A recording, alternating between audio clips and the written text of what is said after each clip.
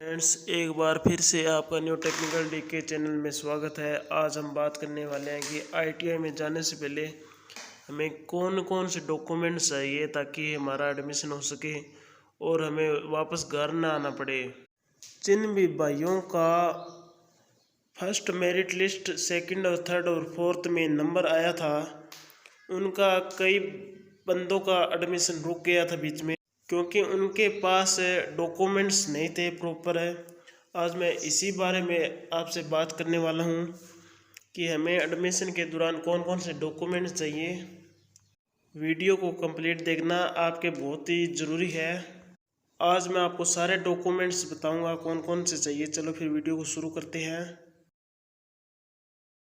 पहला जो डॉक्यूमेंट्स है वो यही है कि जो आपकी डिटेल भरी हुई है, जिस भी ट्रेड में आपका नंबर पड़ता है उसके ऊपर वो ट्रेड, जैसे कि आपने अपडेट कर ली, फर्स्ट मेरिट लिस्ट में नाम नहीं आया, उसके बाद जो ट्रेड में नंबर पड़ा आपका, एक तो वो प्रिंट चाहिए जिसके ऊपर आपकी फ़ीस लिखी हुई है, आपका नाम लिखा हुआ है और इतने तारीख तक इस कॉलेज में आप एडमिशन ले सकते हैं इस ट्रेड में। एक तो पहला तो वो हो गया डॉक्यूमेंट्स, और दूसरा वो हो गया जिसमें कि वो ट्रेड जो जैसे कि आपने अपडेट की है, आपकी सारी डिटेल भरी हुई है, एक वो डॉक्यूमेंट्स हो गया, दोनों आईटीआई के हैं।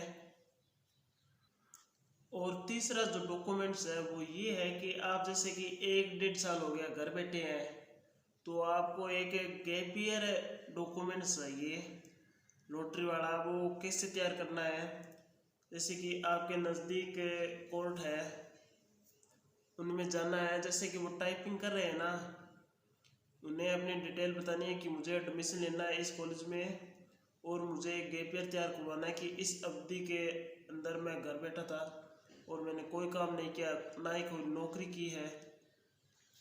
तो वो क्या करेगा कि उस अवधि में वो आपसे सारी डिटेल पूछेगा, और उससे पहले भी आपकी जैसे कि +2 कर रखी है या कुछ भी किया है, आप 1 साल का गैप ईयर बनवाना चाहते हैं, तो उनके अंदर वो आपकी सारी डिटेल भरेगा और वो 1 साल का गैप ईयर तैयार कर देगा।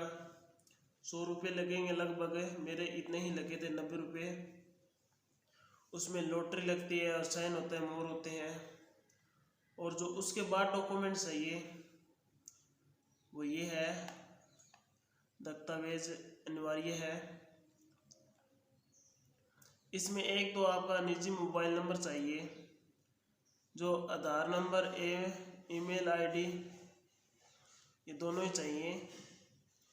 अपना मोबाइल नंबर हो गया जिसमें कि आपने फार्म भरने के दौरान आपने डाला था।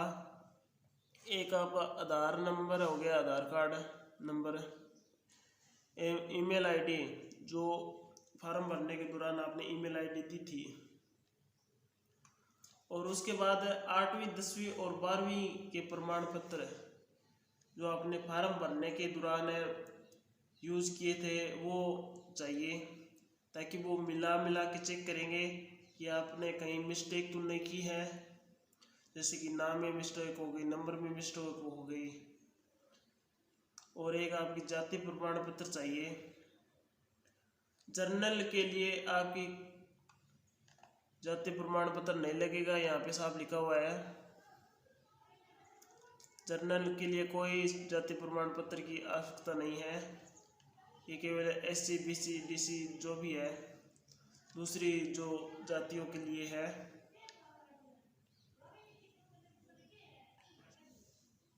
और ये जो है, ये आपकी जो प्राप्त अंक की गणना है वो तो खुद ही चेक कर लेंगे कि इतने % इसके नंबर पड़े हैं। वो एक एक नाम एक एक नंबर चेक करेंगे जो भी आपकी डिटेल भरी हुई है, और इनकी सभी की फ़ोटो कॉपी लगेगी साथ में।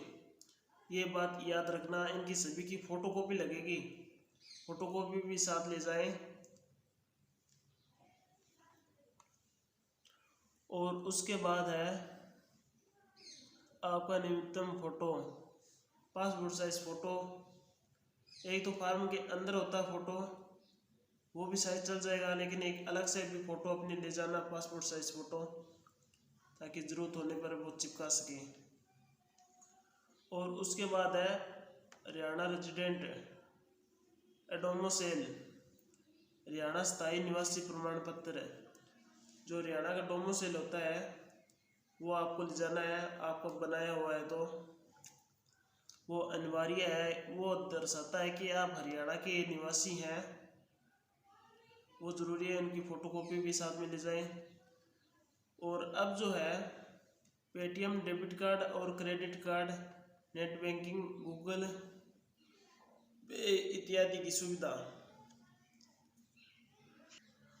आपकी जो फीस है वो ऑनलाइन कटेगी, आप कैश में रुपए मत ले जाना।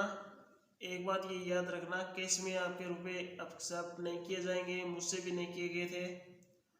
आपके पास गूगल पे या फ़ोन पे डेबिट कार्ड है तभी आपकी फ़ीस पे हो सकती है, ये बात याद रखना।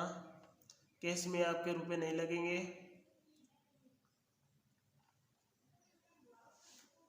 और मेरिट लिस्ट में अतिरिक्त अंक हेतु पिता विहीन मतलब विकलांग हो, अनाथ हो, विधवा हो और विधवा की संतान का प्रमाण पत्र।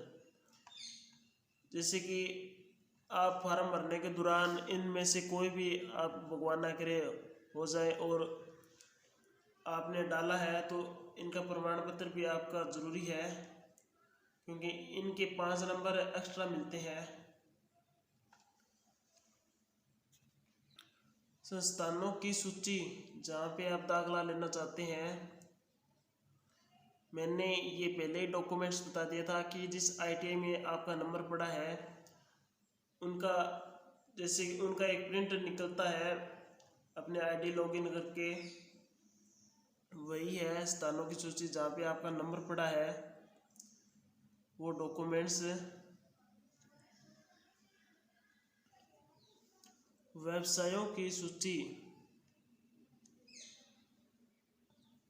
व्यवसायों की सूची इनका मतलब है कि इनकम सर्टिफिकेट।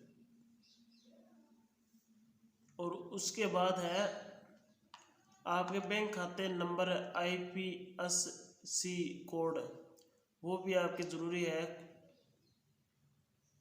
आपके बैंक खाते का आईपीएससी कोड होना ज़रूरी है। एडमिशन के लिए आप फीस पे करते हैं तो बहुत ही ज़रूरी है ये। जैसे कि आपको फर्स्ट मेरिट लिस्ट में नाम पड़ गया और आपके उस कॉलेज में जैसे कि स्कॉलरशिप है तो आपके आईपीएससी कोड बहुत ज़रूरी है, उनमें आवेदन कर सकते हैं।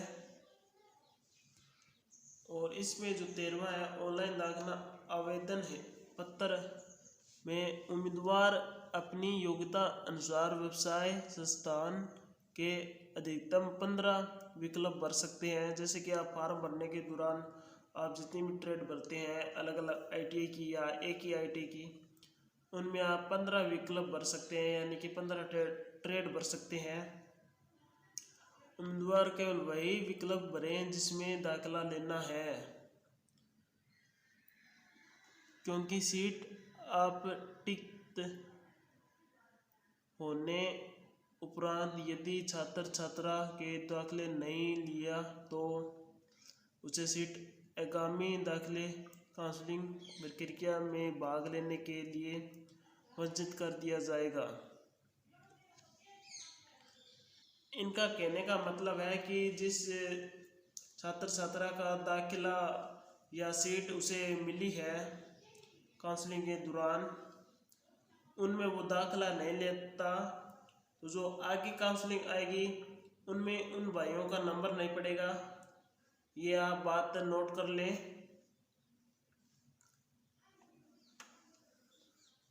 और कुछ भाइयों के कमेंट आ रहे थे कि सर मेरा इस आईटीआई में एडमिशन हुआ था लेकिन मैंने एडमिशन नहीं लिया, नंबर पड़ा था और उसके बाद मेरे अगले मेरिट लिस्ट में नंबर नहीं पड़ा। वो इन्हीं के कारण है वो सब कुछ। यद्यपि यदि वह भाग लेना चाहता है तो छात्र को 500 रुपये वह छात्रा को 250 रुपये जुर्माना राशि देना या भरना होगा। अगली मेरिट लिस्ट में यदि वो नंबर चाहता है तो आपको जो छात्र है उनको 500 रुपये जुर्माना लगेगा, छात्रा को 250 रुपये जुर्माना लगेगा, तभी आगे मेरिट लिस्ट में उनका नंबर पड़ सकता है।